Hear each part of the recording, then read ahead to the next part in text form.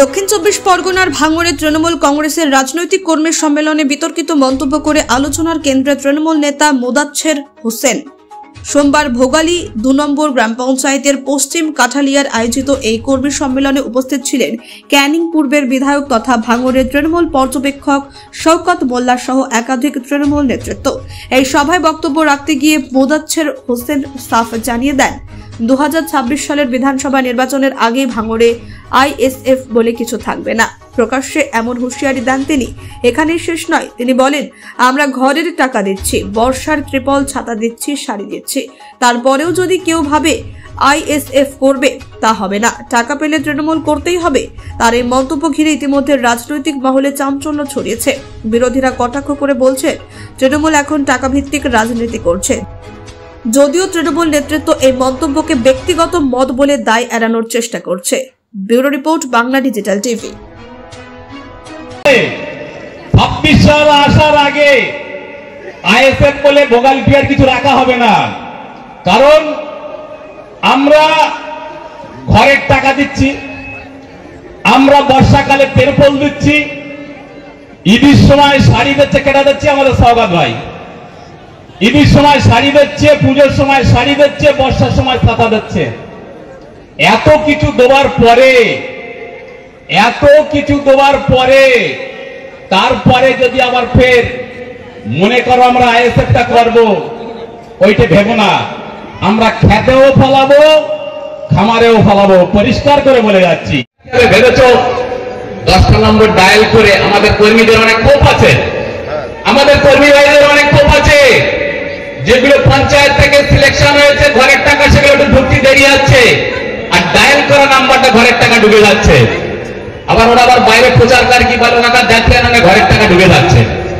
ঘরের টাকা নিবি আর ঘরের টাকা নিবি, সবকিছু দিদির কাছ থেকে সুযোগ সুবিধা নিবি, আর ভাইজানের মিটিয়ে যাবে নাস্তি নাস্তি। সেদিন আর নেই, যারা ঘরের টাকা পাচ্ছে, এবং উন্নয়নের সমস্ত কিছু নিচ্ছে, প্রত্যেককে তৃণমূল কংগ্রেস করতে হবে। আর আমরা 2008 সালে যখন পঞ্চায়েতে আসি, তখন সিপিএম এর শেকড় সমেত খালে ফেলে দিয়ে আমরা পঞ্চায়েতে বসেছিলাম। আমরা নাস্তি এসে পঞ্চায়েতে বসিনি। কোন আইএসএফ বলে কিছু রাখা যাবে না।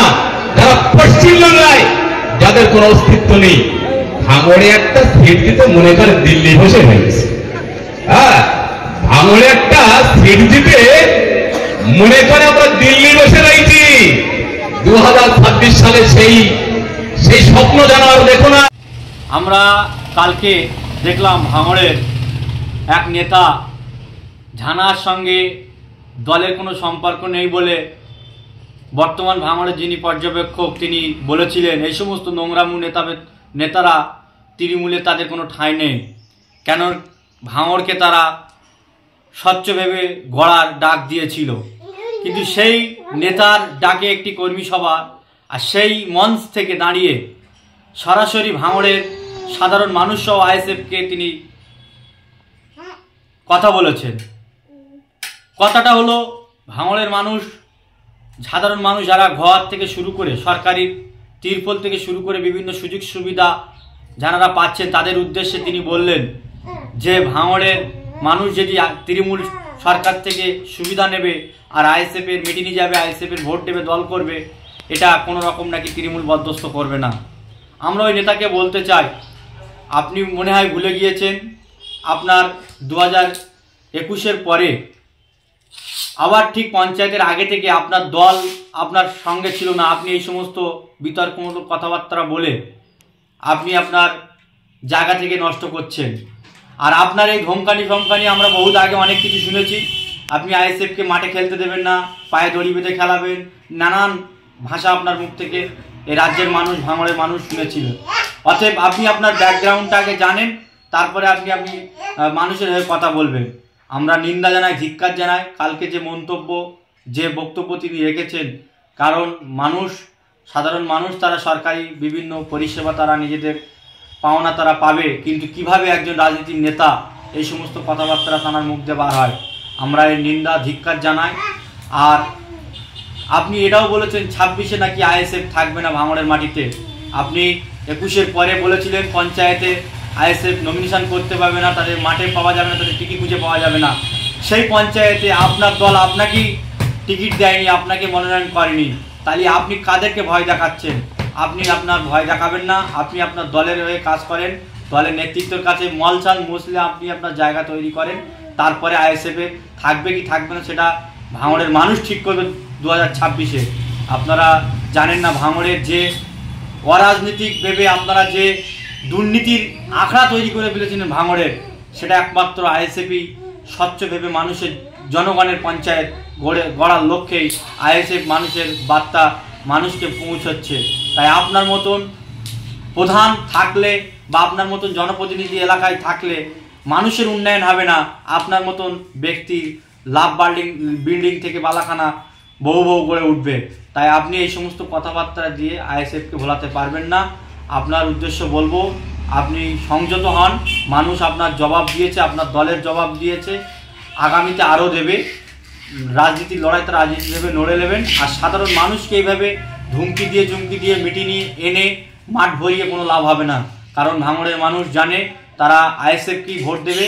কারণ আইএসএফের বিধায়ক তথা আমাদের দলের চেয়ারম্যান নওশাদ সিদ্দিকী মহাশয়, তিনি যেভাবে ভাঙড়ের সার্বিক উন্নয়নের কথা বলছেন, ভাঙড়ের সার্বিক স্বাস্থ্য থেকে শুরু করে, শিক্ষা থেকে শুরু করে, রাস্তাঘাট, পানীয় জল, সমগ্র ভাঙড়বাসীর তাঁর যে চিন্তা ভাবনা, ভাঙড়বাসী কীভাবে আগামী দিন রাজ্যের মানচিত্রে সুস্থ ভাঙড় গড়ে উঠবে।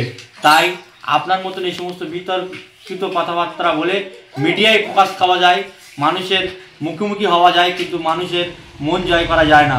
তাই আমরা আপামর সাধারণ মানুষকে বলবো, আপনারা যেভাবে আমাদের সঙ্গে আছেন, সাথে থাকেন। আগামী 26-এর বিধানসভায় এই সমস্ত নেতাদের মুখে ঝামা ঘষে দিয়ে স্বচ্ছ ভাঙড় গড়ার লক্ষ্যে আগামী দিন আইএসএফকে হাতকে শক্তি করুন, শক্তিশালী করুন। আর মোদাচ্ছের হোসেন যে বিতর্কমূলক কথাবার্তা বলছে, সাধারণ মানুষের বঞ্চনা, সাধারণ মানুষের পাওনাকে নিয়ে তিনি যে ধুমকি দিচ্ছে, আমি প্রশাসনের আধিকারিকদের মহাশয়দের কাছে অনুরোধ করব, আপনারা এর বিরুদ্ধে অ্যাকশন নেন। কারণ তিনি কোনো পদাধিকারী নয়, কোনো জনপ্রতিনিধি নয়, তিনি কিভাবে এই সমস্ত কথাবার্তা বলতে পারে। এর বিরুদ্ধে আমি কলকাতা সহ আমাদের ভাঙড়ের বিভিন্ন প্রশাসনের আধিকারিক মহাশয়দেরকে বলবো, আপনারা ব্যবস্থা নেবেন।